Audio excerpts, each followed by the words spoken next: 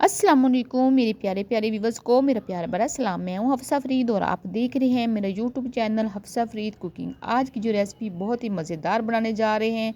तो सबसे पहले हम अपने मोल्ड को रेडी कर लेते हैं। अगर आपके पास ये वाला मोल्ड नहीं है तो आप जो है फ्रिज में हम जिसमें बर्फ़ जमाते हैं वो वाले बर्तन हैं आपके पास, उसको भी रेडी इसी तरीके से कर सकते हैं। तो हम इसको ब्रश के साथ ग्रीस कर लेते हैं। ऑयल के साथ मैं ग्रीस कर रही हूँ, घी के साथ भी आप कर सकते हैं, लेकिन घी के साथ हम इसको ग्रीस करते हैं तो वो जल जाता है नीचे से, इसके साथ नहीं जलेगा।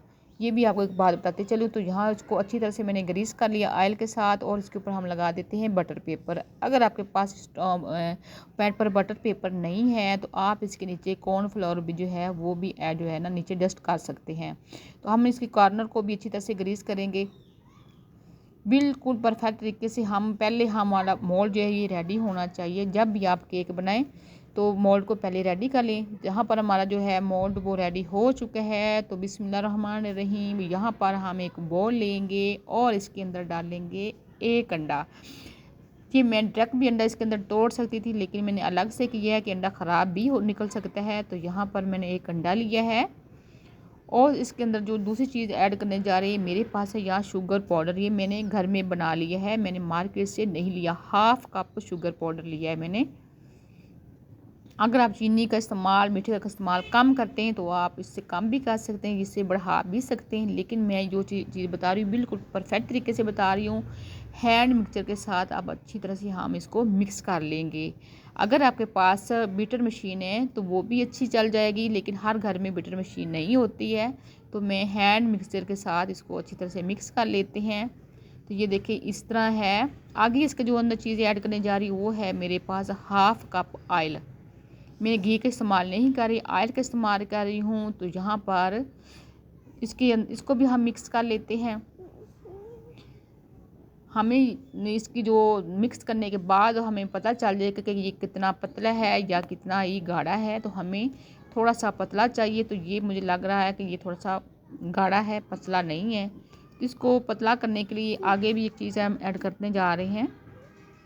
ये देखिए अच्छी तरह हमने इसको मिक्स कर लेना है। तीनों चीज़ों को यकजा करने के बाद हम इसके अंदर ऐड करने जा रहे हैं 3 से 4 चम्मच मेरे पास है यहाँ दूध, वो ऐड करने जा रही हूँ। दूध मेरे पास है नीम गर्म रूम टेम्परेचर वाला, ठंडा दूध बिल्कुल इस्तेमाल नहीं करना है। अंडा जो है वो भी ठंडा इस्तेमाल नहीं करना है, ना ही ऑयल जो है वो ठंडा इस्तेमाल करना है। तो यहाँ पर चंद ड्रॉप हम इसके अंदर वनीला एसेंस डालेंगे खुशबू के लिए।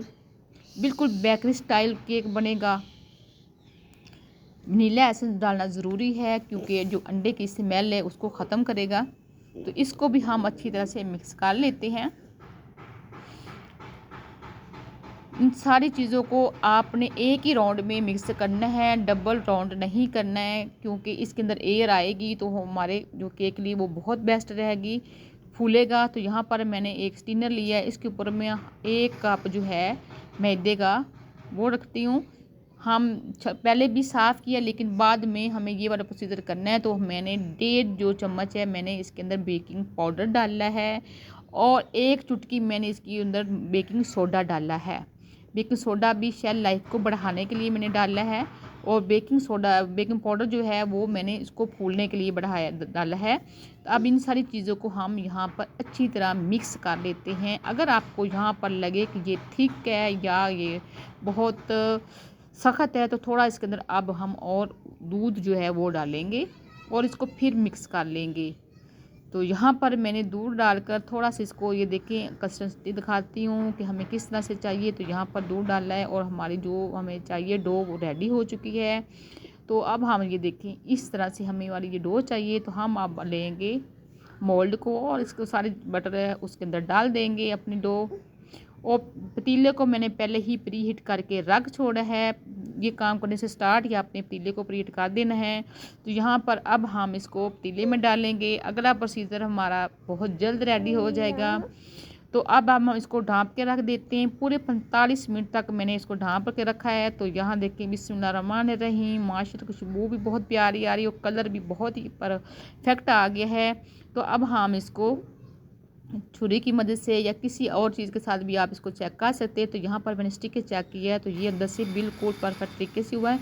मैं 2-3 दफ़ा इसको पहले भी देख चुकी हूँ, लेकिन आप देखिए माशाल्लाह से बहुत बड़ा मज़ेदार बन चुका है। इसका डो भी रेडी हो चुकी है। हमने इसको बिल्कुल जो है ओवन में नहीं बनाया, बिल्कुल आपके सामने लाइव दिखा रही हूँ। तो यहाँ पर ये हमारा केक जो है वो रेडी हो चुका है। तो हम पहले छुरी की मदद से इसको साइडों से इसको हटा लेते हैं। यहाँ पर मैंने अच्छी तरह से साइड पे चमटा हुआ है, फिर इतना मैंने ऑयल लगाया भी है, फिर भी हमें इस छुरी के साथ इसको साइडों से इसको उतारना पड़ेगा। तो यहाँ पर मैंने बर्तन में इसको यहाँ रख देते हैं उल्टा ऐसे करके मेरी। तो माशाल्लाह से ये देखिए सुबहान अल्लाह, नीचे से बिल्कुल नहीं जला हमारा केक।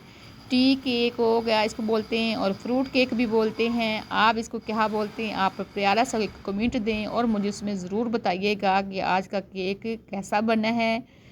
अब आपको अगर मैं कटिंग करके भी दिखाती हूँ और डिश आउट करके भी दिखाती हूँ आपको। माशाल्लाह से ये देखिए इतना मज़ेदार और फलफी बना है, स्पंजी केक बना है सिर्फ एक अंडे के साथ ही। ये देखिए बिल्कुल मैं नज़दीक दिखा रही हूँ कि अंदर से देखिए फूला कितना है और मज़ेदार ये कितना बना है, ज़रा भी ख़राब नहीं हुआ है। अगर आपको मेरी रेसिपी पसंद है तो प्लीज़ दोस्तों के साथ शेयर भी करिएगा और लाइक भी करिएगा। लाइक करने में आप बहुत कंजूसी करते हैं। तो यहाँ पर अब हम इसकी कटिंग करके भी दिखाती हूँ कि ये अंदर से कैसा है, बिल्कुल लाइव दिखा रही हूँ। और प्लीज़ मेरी बेटी को अपनी दुआओं में याद रखिएगा कि अल्लाह ताला मेरी बेटी को सेहत और तंदुरुस्ती वाली ज़िंदगी अता कर दे। ये देखिए माशाल्लाह से कितना मज़ेदार बना है, मुझे यकीन ही नहीं आ रहा कि हमने सिर्फ एक अंडे के साथ इतना मज़ेदार केक बना लिया है, वो भी मार्केट से बहुत ही अच्छे वाला बनाया है। हमें मार्केट से जो मिलता है केक हमें नहीं पता को किस तरीके से बना होता है, तो यहाँ पर मैंने मार्केट से भी अच्छे वाला बनाया है। देख ले इसके पीस कितने हैं, मैंने मोटे मोटे पीस बनाए हैं, तो बहुत ही मज़ेदार बना है। लेकिन आप भी बनाइएगा और अपने किचन में जाइए और मुझे अपनी दुआओं में याद रखिए, और मेरी बेटी को भी अपनी दुआ में ज़रूर याद रखना है कि अल्लाह उसको सेहत और तंदुरुस्ती ज़िंदगी अता कर दे। और अल्लाह हाफ़िज़।